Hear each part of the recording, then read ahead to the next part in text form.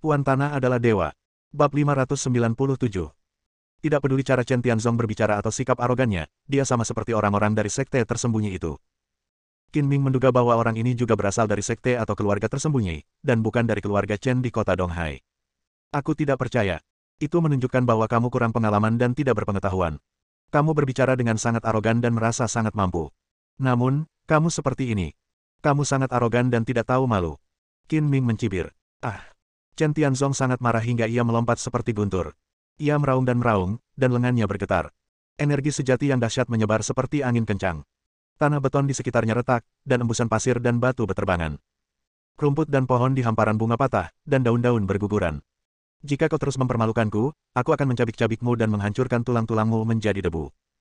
Chen Tianzong menyeringai gila dan memasang wajah mengerikan. Ia menyerang lagi seperti binatang buas yang marah. Seni bela diri yang dipraktikkannya cukup istimewa. Ki sejati yang dipancarkannya seperti bila angin yang tajam. Ki sejati itu juga sangat cepat, dengan bayangan yang berkedip-kedip, sehingga sulit membedakan yang asli dari yang palsu. Di usia Chen Tianzong, ia dapat dianggap sebagai seorang jenius dan guru terbaik di antara teman-temannya. Sayangnya, ia kurang beruntung dan lawannya adalah Qin Ming.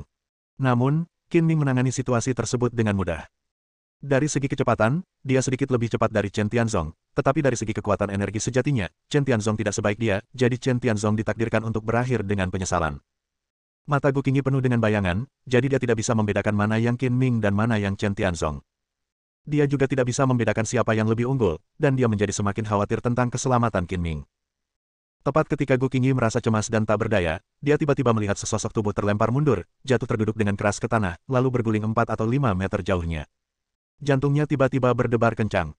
Setelah melihat dengan saksama dan melihat dengan jelas, dia akhirnya merasa lega dan menghela napas lega, karena orang yang tertabrak bukanlah Qin Ming, tetapi Chen Tianzong. Kaki Qin Ming dalam posisi membungkuk, satu di depan dan satu lagi di belakang, dan dia masih mempertahankan postur meninju. Energi batin hitam berputar di sekitar tinjunya, dan dia menggunakan 70 hingga 80% kekuatannya dalam pukulan ini. Chen Tianzong jatuh ke dalam debu dan memuntahkan darah. Ekspresinya berubah karena rasa sakit dan amarah, dan matanya merah. Dia terluka parah. Dia memegangi dadanya yang sakit dan hampir tidak bisa berdiri, giginya bergemeretak. Aku tidak peduli siapa dirimu, jangan pernah menginjakkan kaki di rumahku lagi, kalau tidak aku akan mematahkan kakimu. Keluar. Sambil berteriak marah, Qin Ming berubah menjadi bayangan dan terbang melewatinya, mencengkeram-keram baju Chen Tianzong, merentangkan tangannya, dan melemparkannya keluar. Chen Tianzong terluka parah dan tidak memiliki kekuatan untuk melawan. Tubuhnya membentuk parabola, terbang keluar dari dinding halaman dan jatuh keluar. Pada titik ini, Gu Qingyi tidak lagi tega memedulikan Chen Tianzong. Dia hanya ingin memberinya pelajaran dan melihat apakah dia berani bersikap sombong di masa depan. Setelah berbaring di tanah untuk waktu yang lama, Chen Tianzong akhirnya pulih kembali. Dia memukul tanah dengan kedua tangannya, meninggalkan lubang seukuran kepalan tangan di tanah dengan setiap pukulan, seolah-olah dia sedang memukul Qin Ming untuk melampiaskan amarahnya. Sialan kau telah mempermalukanku. Jika aku tidak membunuhmu, aku, Chen Tianzong, tidak akan menjadi manusia. Qin Ming bahkan tidak peduli dengan hidup atau mati Chen Tianzong, dan berbalik dan berjalan ke ruang tamu villa. Apakah kamu baik-baik saja? Gu Qingyi melangkah maju dan mengamati Qin Ming dari atas ke bawah dengan saksama. Melihat Qin Ming tidak terluka, dia merasa sangat lega. Jangan khawatir, anjing yang menggonggong tidak akan menyakitiku. Kata Qin Ming dengan santai. Aku tidak menyangka semuanya akan jadi seperti ini. Kalau aku tahu ini akan terjadi, aku tidak akan membiarkanmu datang. Kamu hampir terluka. Gu Qingyi berkata dengan sedikit rasa bersalah. Lagi pula, sebagian besar alasan mengapa dia meminta Qin Ming datang adalah untuk menggunakan Qin Ming sebagai tameng untuk menghalangi permintaan tidak masuk akal Chen Tianzong untuk menikahinya sebagai selir. Aku suamimu, tak perlu bersikap sopan padaku. Qin Ming berkata sambil tersenyum, ekspresinya tegas. Gu Qingyi sudah terbiasa dengan gaya nakal Qin Ming, jadi dia mengabaikannya dan mengalihkan topik pembicaraan. Kau ingin tahu siapa Chen Tianzong, kan? Aku bisa menceritakan keseluruhan ceritanya. Tidak usah terburu-buru. Mari kita bicarakan kapan kita akan mendapatkan sertifikatnya. Qin Ming akhirnya menangkap kesempatan untuk memanfaatkannya, bagaimana dia bisa melepaskannya begitu saja. Dia terus menggoda. Sertifikat apa? Apa yang kamu bicarakan? Seriuslah. Gu Qingyi berkata dengan marah. Tentu saja itu surat nikah. Kau panggil aku suami. Kalau aku tidak pergi dan mengambil surat nikah itu bersamamu, bukankah itu tindakan yang tidak senonoh? Kata Qin Ming serius. Gu Qingyi terdiam sesaat, memutar matanya dan berkata, aku memanggilmu seperti itu hanya sebagai tindakan sementara, jangan dianggap serius. Masalahnya adalah aku menganggapnya serius. Menurutmu apa yang harus kita lakukan? Qin Ming menatap mata Gu Qingyi, melangkah perlahan ke depan, dan berkata dengan serius. Gu Qingyi tiba-tiba merasa seperti sedang dilecehkan oleh seorang penjahat. Dia mundur berkali-kali hingga mencapai dinding, punggungnya membentur dinding. Dia tidak punya cara untuk mundur lagi, jadi dia harus berhenti. Jangan sampai aku terbawa suasana. Aku tidak bermaksud apa-apa dengan memanggilmu seperti itu. Aku hanya tidak punya pilihan lain. Tanpa memberi Gu Qingyi kesempatan untuk melarikan diri, Qin Ming mengulurkan tangannya dan menekannya di kedua sisi kepala Gu Qingyi, melakukan woldong yang kuat. Dia perlahan mendekatkan kepalanya dan berkata, kamu tidak bisa begitu saja memanggilku suami. Jika kamu tidak menyukaiku di dalam hatimu dan membenciku seperti yang dilakukan Chen Tianzong, kamu tidak bisa memanggilku seperti itu. Akui saja. Kau. Gu Qingyi merasa seperti sedang menembak kakinya sendiri. Jangan bersikap seperti bajingan. Aku punya sesuatu yang sangat penting untuk dibicarakan denganmu. Ayo, duduklah di sofa dan aku akan memberitahumu secara rinci. Memperoleh surat nikah memang hal terpenting dalam hidup. Katakan saja seperti ini. Aku akan mendengarkanmu kapanpun kamu pergi. Kamu. Gu Qingyi sangat marah. Kecanduan Qin Ming untuk bermain nakal belum berakhir, dan sikapnya saat ini ambigu, yang membuatnya merasa bingung. Dia berkata dengan sedih, Chen Tianzong datang untuk menggertakku, dan bahkan kamu menggertakku. Melihat penampilan Gu Qingyi yang menyedihkan, hati Qin Ming langsung melunak. Bahkan seorang pahlawan pun tidak dapat menahan godaan seorang wanita cantik. Dia tidak dapat menahan diri untuk tidak mengangkat tangannya dan menggaruk hidung Gu Qingyi yang kecil dan imut. Anak bodoh, aku hanya menggodamu. Bahkan jika seluruh dunia menentangmu, aku akan berdiri untuk melindungimu. Bagaimana mungkin aku bisa menggertakmu? Mendengar ini, Gu Qingyi merasakan kemanisan yang tak terlukiskan di hatinya, dan sangat tersentuh. Dia berbicara dengan perasaan yang sebenarnya, aku tahu aku dalam kesulitan dan kamu pasti akan membantuku. Ketika Chen Tianzong datang ke rumahku malam ini, orang pertama yang terpikir olehku adalah kamu. Sudah cukup mengetahui bahwa aku baik-baik saja. Aku tidak akan menggodamu lagi. Ayo kita mulai. Qin Ming menyingkirkan tangannya yang menarik-narik dinding, menegakkan punggungnya, mundur 2 langkah dan berkata, siapa sebenarnya Chen Tianzong? Apa hubungan antara keluarga Chen-nya dan keluarga Gumu? Ceritanya panjang. Dimulai dari leluhurku. Silakan duduk dulu, aku akan bercerita pelan-pelan. Gu Qingyi berjalan ke sofa dan duduk. Dia sendiri yang membuatkan secangkir teh untuk Qin Ming sebelum menceritakan keseluruhan ceritanya. Menurut keterangan kakek Gu Qingyi, sekitar 100 tahun yang lalu, nenek moyang keluarga Gu dulunya merupakan keluarga terkemuka dan kaya raya. Malangnya, ia mengalami musibah besar, kehilangan seluruh kekayaannya, tidak punya apa-apa, dan dibebani banyak hutang. Tepat ketika leluhur keluarga Gu jatuh miskin dan tidak punya tempat tujuan, seorang pria bernama Chen Zanzu datang untuk menyelamatkan dan membantu keluarga Gu melewati masa-masa sulit. Namun, Chen Zanzu tidak membantu dengan cuma-cuma. Sebaliknya, ia meminta para leluhur keluarga Gu untuk bersumpah dengan sungguh-sungguh bahwa apapun yang terjadi di masa depan, keluarga Gu akan menjadi budak dari generasi ke generasi dan melayani keluarga Chen. Saat itu, leluhur keluarga Gu terpaksa gantung diri. Melihat ada kesempatan untuk bangkit kembali dan menyelamatkan keluarganya, dia tidak peduli dan bersumpah dengan sumpah yang beracun, keluarga Gu akan menjadi budak dari generasi ke generasi dan melayani keluarga Chen. Jika ada yang tidak patuh, seluruh keluarga Gu tidak akan mati dengan baik. Selain itu, leluhur keluarga Gu juga menetapkan aturan keluarga, apapun permintaan keluarga Chen, keluarga Gu akan memenuhinya tanpa syarat. Dengan dukungan finansial dari Chen Zanzu, keluarga Gu secara bertahap mengatasi kesulitan dan tumbuh lebih kuat sedikit demi sedikit. Masalah ini diwariskan, tetapi hanya kepala keluarga Gu yang mengetahuinya. Baru setelah diteruskan ke kakek Gu Qingyi, dia memberitahu Gu Qingyi sebelum dia meninggal. Selama 100 tahun terakhir, keluarga Chen akan mengirim orang setiap 5 tahun sekali, awalnya memberikan dukungan finansial dalam bentuk emas dan perak. Baru setelah keluarga Gu benar-benar pulih dan bisnis mereka berkembang pesat, mereka mulai meminta imbalan. Meskipun para leluhur keluarga Gu bersumpah untuk menjadi budak dan melayani keluarga Chen tidak menuntut terlalu banyak dan bahkan beberapa kali membantu keluarga Gu mengatasi kesulitan. Jika tidak, tidak akan ada kejayaan grup Gu saat ini. Dengan kata lain, keluarga Gu selalu dikendalikan secara diam-diam oleh keluarga Chen, tetapi sangat sedikit orang yang mengetahuinya. Setelah mendengarkan sejarah keluarga Gu, Qin Ming merasa sedikit bosan, kamu sudah mengatakan begitu banyak, tetapi kamu masih belum menjelaskan siapa Chen Tianzong. Sebenarnya, aku tidak tahu banyak tentang asal-usul keluarga Chen. Yang ku tahu, keluarga Chen adalah keluarga yang tersembunyi. Kakekku tidak pernah memberitahuku di mana mereka bersembunyi. Kakekku menceritakan semua ini kepadaku sebelum ia meninggal. Ia juga memberiku separuh liontin giok itu dan berkata kepadaku bahwa jika seseorang datang kepadaku dengan separuh lainnya, aku harus berusaha sebaik mungkin untuk memuaskan mereka, tidak peduli apapun yang mereka minta. Sambil berbicara, Gu Qingyi mengeluarkan setengah liontin giok hijau zamrud dari saku celananya. Liontin itu sedikit lebih kecil dari setengah telapak tangan, dan di atasnya terukir setengah bagian kiri karakter tradisional Tiongkok, Chen. Jika seseorang membawa separuhnya lagi, dan bersama-sama mereka membentuk karakter tradisional Cina, Chen, itu juga dapat dianggap sebagai kenang-kenangan. Keluarga Chen yang tertutup itu seperti dugaanku. Qin Ming mengambil liontin giok itu, melihatnya dengan santai, dan bergumam pada dirinya sendiri. Sebelum ini, aku hanya menganggap kata-kata terakhir kakekku sebagai sebuah cerita. Baru pada malam ini, ketika Chen Tianzong datang ke rumahku dengan membawa separuh liontin giok lainnya, aku yakin bahwa apa yang dikatakan kakekku adalah benar. Sekarang setelah kupikir-pikir, aku sudah beberapa kali melihat tamu keluarga Chen. Dia hanya seorang pria parubaya yang datang setiap 5 atau 6 tahun. Aku tidak tahu apa-apa tentang itu saat itu. Kakek hanya mengatakan bahwa dia adalah teman lamanya. Gu Qingyi mendesah. Ngomong-ngomong, permintaan apa yang diajukan Chen Tianzong? Tanya Qin Ming. Dia memintaku untuk mengeluarkan 1 miliar dan ingin aku menjadi istrinya atau selirnya karena kecantikanku. Aku tidak punya pilihan selain memanggilmu untuk datang dan membahas tindakan balasan. Bagaimana menurutmu? Qin Ming terus bertanya. Berdasarkan kata-kata terakhir kakekku, aku bisa memberimu uang, tetapi sama sekali tidak mungkin bagiku untuk menjadi istri atau selir Chen Tianzong. Ketika dia mengucapkan bagian kedua kalimat itu, nada bicara Gu Qingyi sangat tegas dan tidak menyisakan ruang untuk keraguan. Bab 598. Karena kamu sudah memikirkannya, apalagi yang kamu ingin aku lakukan? Tanya Qin Ming penuh pengertian. Meskipun dia tahu, dia tetap ingin mendengarnya langsung dari Gu Qingyi. Aku tidak memintamu untuk membantuku. Bantuan apa yang bisa saya berikan? Tanya Qin Ming lebih dekat. Berpura-puralah menjadi suamiku, jadilah tamengku, dan bantu aku menyingkirkan Chen Tianzong. Gu Qingyi tahu dia tidak bisa melarikan diri, jadi dia menyelesaikan kata-katanya dalam satu tarikan napas tanpa mengubah nadanya. Aku sudah melakukannya untukmu. Sekarang mari kita bicarakan tentang keuntungan apa yang bisa kudapatkan. Setelah mengetahui bahwa identitas Chen Tianzong sama seperti yang dibayangkannya dan rahasia keluarga Gu yang tidak diketahui, Qin Ming tidak punya pertanyaan lain dan mau tidak mau ingin menggoda Gu Qingyi lagi.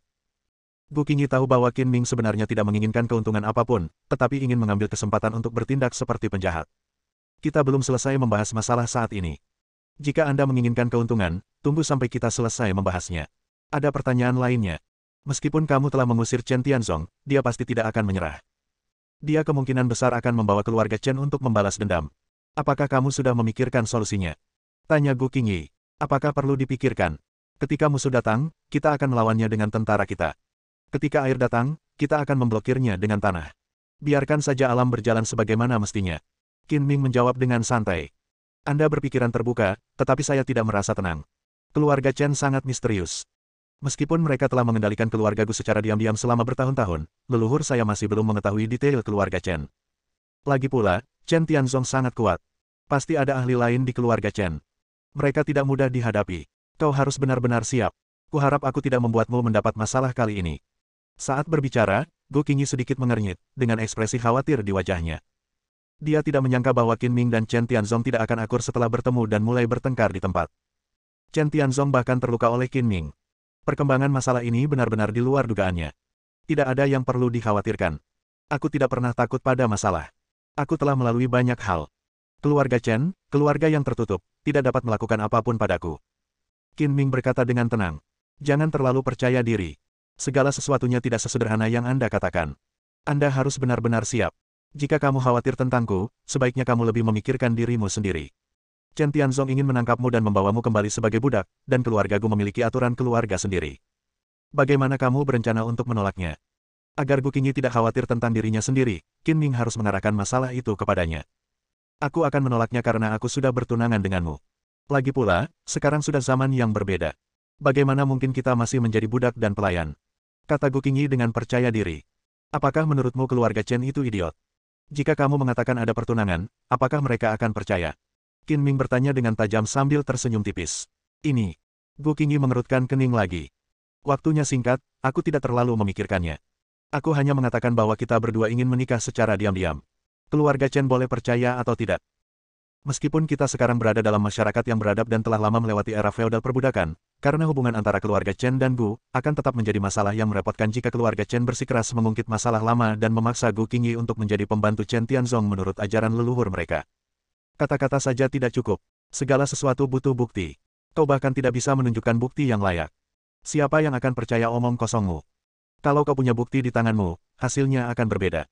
Tidak peduli seberapa sombong dan tidak masuk akalnya keluarga Chen, kau bisa menggunakan alasan menikah sebagai alasan.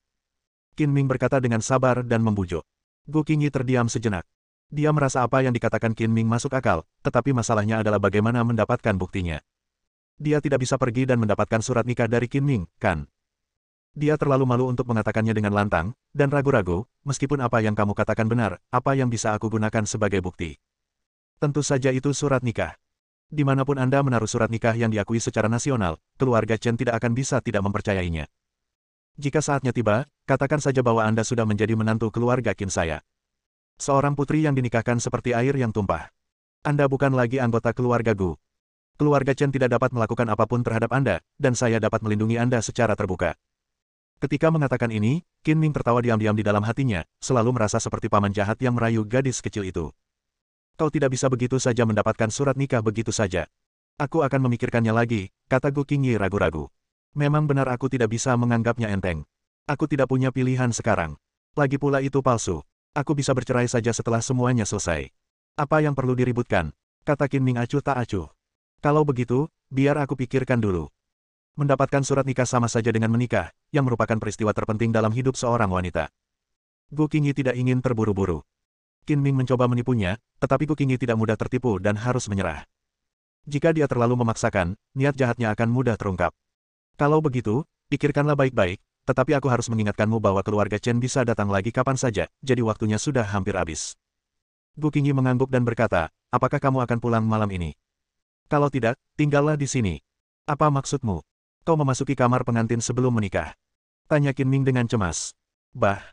Gu Qingyi meludah, kamu tidak bisa mengeluarkan gading dari mulutmu, dan kepalamu penuh dengan pikiran-pikiran yang tidak sehat. Lakukan sesukamu, aku ingin beristirahat. Setelah mengatakan itu, Gu Qingyi berdiri dan berjalan menuju lantai 2. Qin Ming buru-buru berkata, tunggu sebentar, kamu belum memberitahuku manfaat apa yang akan kamu berikan padaku. Bicarakan saja besok. Aku lelah hari ini. Gu Qingyi mencari alasan untuk menunda. Qin Ming sudah bisa mengatakan apa yang ingin mereka katakan tentang memasuki kamar pengantin. Jangankan membicarakan manfaatnya, siapa tahu tindakan nakal apa yang akan dia lakukan selanjutnya. Baiklah, mari kita bicarakan besok. Kamu juga bisa mempertimbangkan untuk memberiku beberapa keuntungan. Malam itu, Qin Ming tidak pulang ke rumah, tetapi tetap tinggal. Ada banyak kamar tamu kosong di villa, jadi dia bisa tinggal di mana saja. Pada waktu yang hampir bersamaan, di kamar tamu mewah di tempat hiburan kelas atas di Jepang yang menggabungkan bar, kasino, pertunjukan striptis, dan pemandian. Seorang pria kekar berjanggut, bertelanjang dada, dan tampak seperti orang Rusia sedang berbaring di tempat tidur, sementara seorang wanita berpiyama sutra tipis duduk di punggungnya, memberinya pijatan. Nyaman, sangat nyaman. Lelaki itu sangat menikmatinya dan terus mengerang. Apakah Anda puas dengan pelayanan saya? Tanya wanita itu dengan suara lembut. Puas, sangat puas. Tinggalkan nomor telepon Anda dan saya akan sering menelepon Anda di masa mendatang. Tidak perlu meninggalkan nomor telepon Anda. Kenapa? Tanya lelaki itu dengan bingung. Dengan kecantikan dan keterampilanmu, akan sangat disayangkan jika aku tidak melakukan pekerjaan ini. Bukan itu alasannya. Buang-buang waktu saja meninggalkan nomor telepon karena tidak punya masa depan. Kata wanita itu setengah bercanda. Cahaya dingin yang tajam tiba-tiba bersinar di matanya yang indah seperti air musim gugur, dan dia tiba-tiba mencengkeram kepala pria itu dengan kedua tangannya. Pada saat yang sama, pria itu merasakan bahaya dan meraih pistol yang tersembunyi di bawah bantalnya. Namun saat ia menyentuh pistol itu, ia merasakan sakit yang tajam di lehernya dan mendengar suara tulang patah yang tajam. Wanita itu menggunakan tangannya yang putih, ramping, dan tanpa tulang untuk memutar leher pria itu dengan bersih dan rapi. Lelaki itu meninggal bahkan tanpa sempat berteriak, dengan ekspresi kesakitan di wajahnya dan sedikit darah menetes dari sudut mulutnya. Ketika wanita itu memasuki ruangan, pengawal yang berjaga di luar memeriksa tubuhnya dengan teliti dan menemukan bahwa dia tidak membawa senjata apapun atau bahkan satu pun benda logam di tubuhnya. Pria itu kemudian merasa lega dan menikmatinya, tetapi apa yang tidak pernah ia duga adalah bahwa tangan wanita itu yang tampaknya ramping ternyata lebih mematikan daripada senjata seperti pisau dan pistol. Setelah berhasil membunuh pria Rusia itu, ekspresi jijik dan mengejek muncul di wajah wanita itu. Dia perlahan-lahan melepas piyamanya, berganti pakaian baru, dan mengenakan sepatu hak tinggi. Gerakannya lambat dan teratur, tidak seperti dia baru saja membunuh seseorang dan hendak melarikan diri.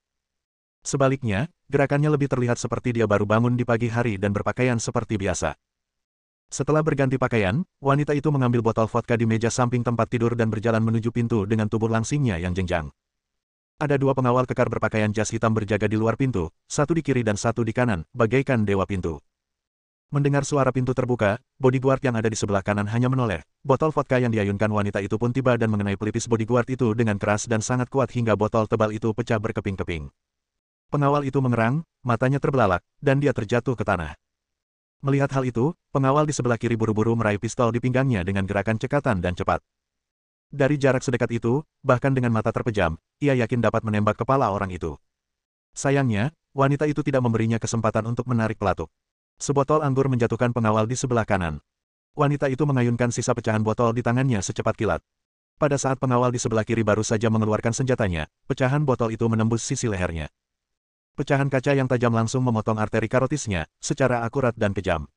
Ini belum berakhir. Wanita itu kemudian memutar pergelangan tangannya, dan botol yang pecah itu tampak berputar, meninggalkan lubang berdarah di leher pengawal itu. Darah yang menyembur membasahi kepala dan wajah wanita itu, tetapi dia bersikap seolah-olah tidak terjadi apa-apa. Dia memutar pinggang rampingnya dan berjalan menuju pengawal yang jatuh ke tanah di sebelah kanannya. Seolah-olah dia takut pengawal itu belum mati, dia dengan tegas mengangkat kaki kanannya yang ramping dan melangkah turun. Sepatu hak tinggi ramping di kakinya seperti penusuk tajam, menusuk mata pengawal di sebelah kanan. Sepatu hak tinggi 7 atau 8 cm itu semuanya tertancap di matanya, dan bahkan terpelintir beberapa kali. Setelah memastikan bahwa pengawal di bawah kakinya sudah mati, wanita itu mencabut tumitnya yang berlumuran darah dan otak. Rangkaian tindakan ini tegas dan kejam, dan metodenya kejam. Jelas bahwa dia adalah orang yang membunuh tanpa berkedip. Melihat kedua mayat itu, wanita itu tersenyum menawan, seolah-olah dia sangat puas dengan hasil karyanya. Dia mengeluarkan ponselnya, membuka perangkat lunak enkripsi, dan mengirim pesan teks. Pesanan selesai, harap tunjukkan mangsa berikutnya. Usai mengirim pesan singkat itu, wanita itu berbalik kembali ke dalam rumah, masuk ke kamar mandi untuk membersihkan darah di wajahnya, lalu menuju jendela kamar tamu dan merangkak menuruni pipa pembuangan seperti musang, mundur dengan tenang. Tepat saat wanita itu mendarat, ponselnya tiba-tiba berdering. Raut wajah terkejut muncul di wajahnya dan dia segera menjawabnya. Umian, targetmu berikutnya adalah pemimpin Mad Dragon Mercenaries, Pluto. Apapun metode yang kau gunakan, kau harus berhasil dan tidak boleh gagal. Suara laki-laki serak dan agung terdengar dari ujung telepon. Raja. Mendengar siapa pihak lain itu, wanita yang disebut, tanpa wajah, itu segera berkata dengan hormat dan hikmat, yakinlah, Raja, aku akan menyelesaikan tugasnya. Seperti biasa, berikan aku informasi terperinci tentangnya dan aku akan mengembalikan mayatnya. Bersambung.